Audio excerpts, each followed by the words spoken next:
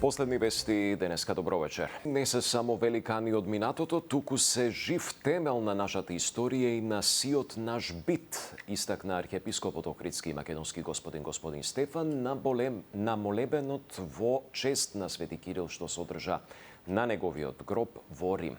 Оттаму известува Маја Стојановска.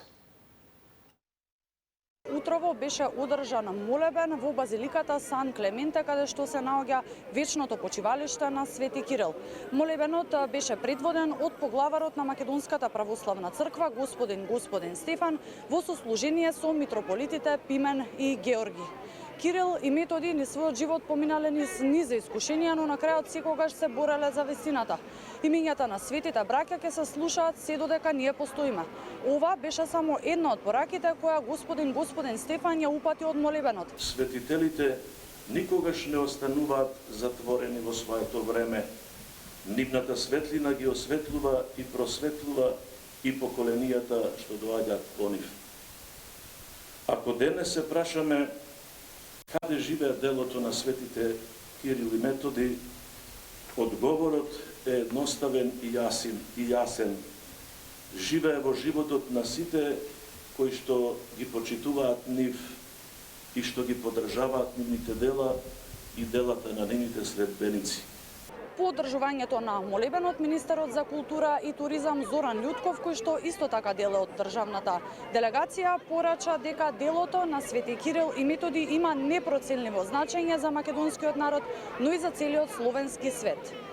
Ова чествување не представува само дипломатски и државнички чин, туку и длабоко духовен и цивилизацијски настан кој е силен потсетник на вредностите врз кои се темелат словенската култура, образованието и писменоста. Активностите на државно-црковната делегација во рамки на чествувањето на светите браќа Кирил и Методи продолжија овде во базиликата Санта Марија Маџоре, каде што се наоѓа плочата испишана на македонски јазик и каде што беше положен венец. Исто така, македонската делегација му даде почит и на папата Франциск, на неговиот гроб беше положено бело цвеќе. А по повод одбележувањето на денот на сесловенските просветители Свети Кирил и Методи, утре напладне во црковниот храм Свети Софија во Охрид ќе се одржи свечена академија насловена Од слово до вечност, информира од владата. На настанот обраќање е најавено на премиерот Христијан Мицкоски, кој претходно ќе положи свежо цвеќе на споменикот на Светите Кирил и Методи на кеот во Охрид.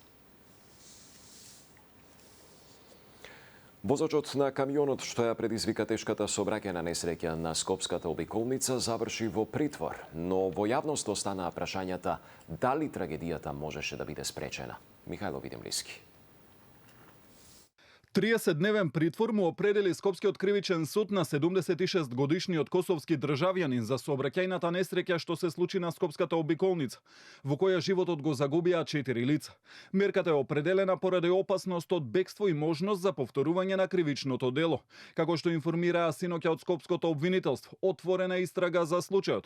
Тој е осомничен за тешки дела против безбедноста на луѓето и имотот во сообраќајот. Управувал товарно возило мансо прикачена полуприколка со косовски регистарски таблички. Се движел по северната обиколница на град Скопје во насока од запад кон исток, а при тоа не се придржувал кон прописите и со тоа го загрозил јавниот сообраќај и го довел во опасност животот на луѓето. Оваа трагедија повторно ги отвори прашањата за безбедноста на сообраќајот на македонските патишта. Обвинителската истрага и сообраќајните вештачења ќе треба да одговорат на дилемите во јавност поврзани со сообраќајната инфраструктура. Сообраќајниот инженер Дејан Трпевски очекува токму заштитната ограда да биде предмет на анализа на истражните органи. Мислам дека истражните органи ќе обрнат доволно внимание на тоа како е конструирана заштитната еластична ограда, дали е изведена согласно проектната документација која што било се. Јас не можам да кажам дали е таа добра или не е добра, затоа што такви информации немаме.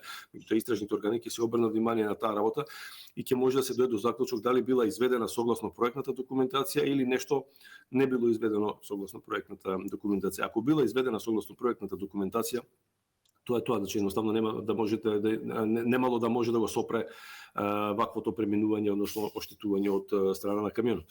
Тоа што треба да се види зошто тоа не го направило оградата, дали масата на возилото кореспондира со со таа што требало да биде, да не имаме претовар, да не имаме поголема брзина, затоа што тоа возило товарено не сме да пречекори брзина од 80 км на час. Возраста на возачот на камионот е уште едно прашање кое предизвика внимание во јавност, но и отвора дилеми околу издавањето на возачките дозволи.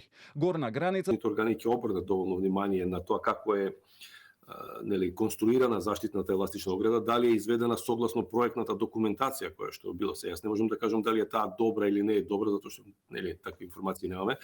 Меѓутоа истражните органи ќе се обрнат внимание на таа работа и ќе може да се дојде до заклучок дали била изведена согласно проектната документација или нешто не било изведено согласно проектната документација. Ако била изведена согласно проектната документација, тоа е тоа, значи едноставно немало да може да го сопре ваквото преминување, односно оштетување од страна на камионот.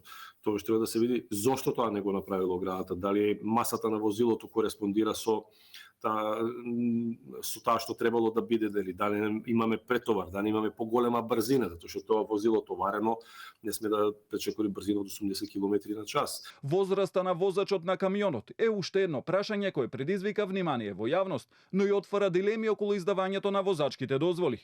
Горна граница за професионалните возачи на камиони кај нас нема, освен обврската за почесто продолжување на возачката дозвола. По трагедијата министерот за внатрешни Панче Тошковски најави ит на надградба на SafeSeat и дополнителна имплементација на системот на сообраќајниците.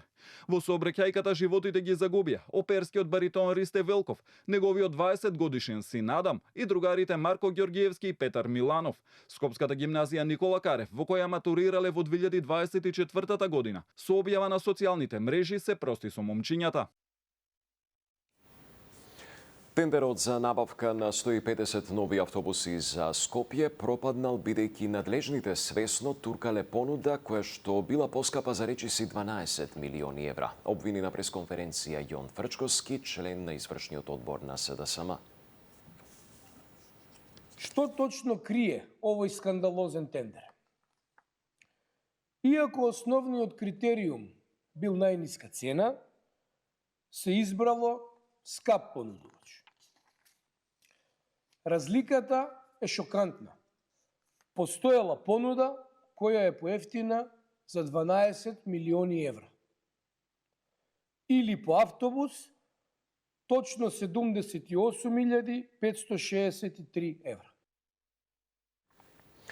Демант на пресконференцијата на СДСМ испрати Министерството за транспорт и побара јавно извинување од партијата. Оттаму велат дека поставката била целосно транспарентна и согласно закон. Информираат дека пристигнале 4 понуди од кинеската компанија Actrus со автобуси King Long во вредност од 50,7 милиони евра. Унгарско-австрискиот конзорциум Електробус Икарус Евана во вредност од 50,6 милиони евра. Кинеската компанија Жонгтонг во вредност од 50,6 и турската компанија БМЦ во вредност од 59,2 милиони евра. Од ова се забележува дека сите цени се приближно исти, односно нема разлика од 12 милиони евра. Затоа бараме јавно извинување од СДСМ. Во спротивно ќе поднесеме тужба за клевета. Се наметнува и прашањето зошто во денешната пресконференција СДСМ излегува во одбрана на кинеска компанија. Имено дописот кој што го покажуваат е од кинеската Actrus King Long, чија што понуда е невалидна, но и како таква не е за 12 милиони евра поевтина. Дали СДСМ одработува за странски интереси и зошто? Или мотивот е локален и се крие зад локални пробисвети и криминалци? Тоа се прашања за СДСМ, стои меѓу другото во демантот од Министерството за транспорт. Тоа беше се. Пријатно.